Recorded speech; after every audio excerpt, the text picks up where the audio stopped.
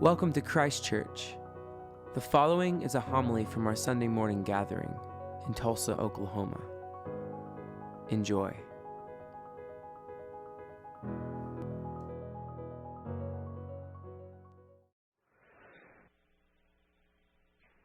Jesus didn't get any days off. And after a long day of teaching, he's tired and wants to get away from the crowd. I can understand that. He's in need of some time of rest and rejuvenation. Self-care, perhaps. Some time away. Just imagine how exhausting it must have been for him to do that day in and day out. And I've said it before, and people laugh at me, but there had to have been a day where Jesus turned the corner and saw the crowd and said, no, not today. He was just trying to catch a quick little power nap in the boat. Now, when we think of the sea, imagine in your mind what that brings up for you. Oftentimes it is a sunset or a sunrise or the beautiful waves or the sound of the water lapping on the shore, on the sand, on the rocks. But usually it is a calm, serene, and tranquil picture in our minds. But if you've ever been on the open water, it is not like that all the time, and storms can come up out of nowhere. Now, I have to confess something. I am not a normal Okie. I don't like thunderstorms.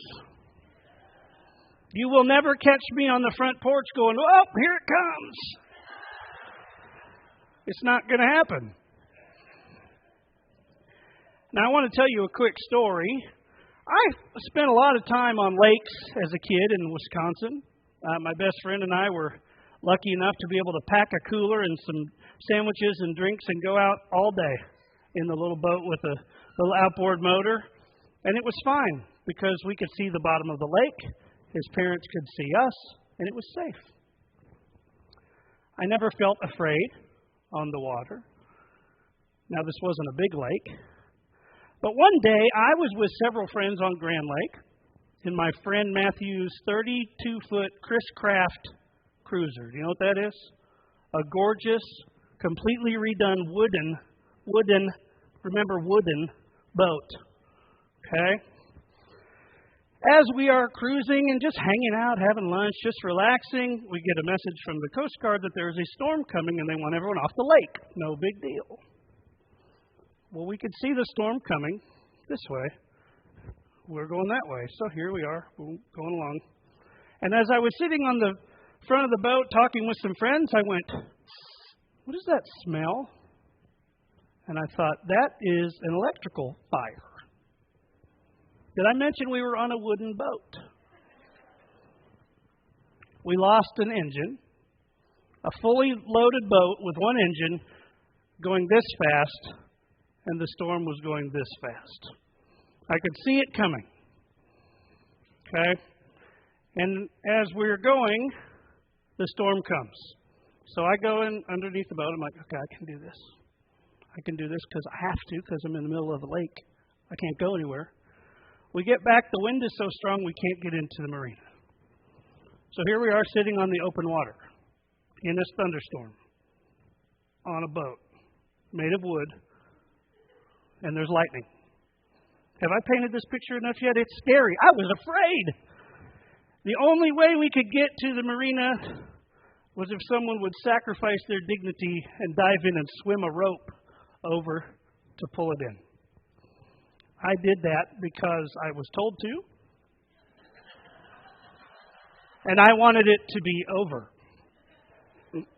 Here I am, safe and sound, but needless to say, it was a moment of terror for me.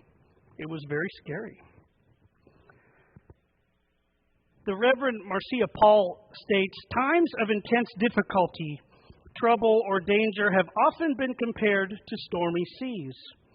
They come upon us whether we like it or not. I did not. Life is like that. We can avoid some storms by watching the weather forecast and using some common sense. We can avoid some emotional, spiritual, financial, and social disasters by being wise and following God's instructions. But sometimes bad things just happen. Even while we're minding our own business, doing what is right, living into our baptismal covenant, and to the best of our ability with God's help. So ultimately, whether we like it or not, storms are going to happen in our lives. So they show up at different times and different places and different intensity levels, right? Some are minor. You can kind of see them coming, and even if they come up, you can put them aside until it's okay to deal with them because you're in the middle of something else. Other times, they are quick, out of nowhere, and throw you into complete and utter chaos. Job loss, divorce, addiction, the loss of a loved one. I imagine we could sit here for hours and hours and add to this list of the things that we have experienced. Well, in my experience, what causes the biggest problem in this situation is the sheer and utter fear of the unknown.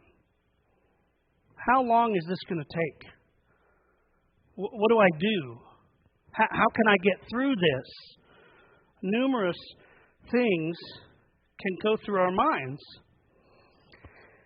And this is where it gets tricky for me because I get frustrated. Because many times those people who are Christian say things in these moments that are a little cliche and a little frustrating. Maybe you've heard these things before. Don't be afraid. Just trust Jesus. God won't give you more than you can handle. God is just testing you. If only your faith were stronger. Now, I have to be honest, these responses drive me through the roof. Mostly because I think they go against what the gospel tells us. There is a significant difference between saying there's nothing to be afraid of and don't be afraid. There's a significant difference between saying there's nothing to be afraid of and don't be afraid. My friends, God isn't testing us or giving us too much to deal with, sitting back and watching us struggle. That is not what God does. No, God is with us in every moment, especially the ones in which we struggle. The good times and the complete and utter chaos. Now, in this story we heard this morning, the disciples thought they were going to die. You heard my story. I wasn't going to die, but I felt like it. In reality, I was safe, but in the moment, I was afraid, and I experienced fear. And wouldn't you know it, they were frustrated that he seemed to not be concerned with their safety. He was taking a nap, and one thing I read said, not only was he taking a nap, he was doing it on a cushion. He had a bed on the boat, right? They didn't have that. They were going to die. And they even asked him, right? Do you not care that we're going to die? We're perishing here. We are going down. The ship is going down, and you don't care. When he awoke, he rebuked the wind and said, "Peace, be still." And what we hear in this story is that the wind ceased and there was a dead calm. In one single moment, Jesus has removed the chaos. And his response, why are you afraid? Do you not have any faith? You don't have anything to be afraid of. What did he not tell them? He didn't say, oh, don't be afraid. Why are you afraid? You have nothing. I'm here with you. I am here with you. And this morning when I was tidying up my notes, it hit me. It's something about this story in a way I had never thought of it before. Was Jesus calming the storm, or was he calming the disciples' hearts? I don't know. Probably both. But imagine if you had that moment of sheer chaos and fear, and Jesus was physically with you and stopped the chaos. That would be awesome. So, what Jesus is trying to tell them is that really, honestly, they had nothing to fear because he was with them. But he didn't say, well, you were afraid, that you're bad. He didn't chastise them for being afraid. He's trying to make them see that fear is real.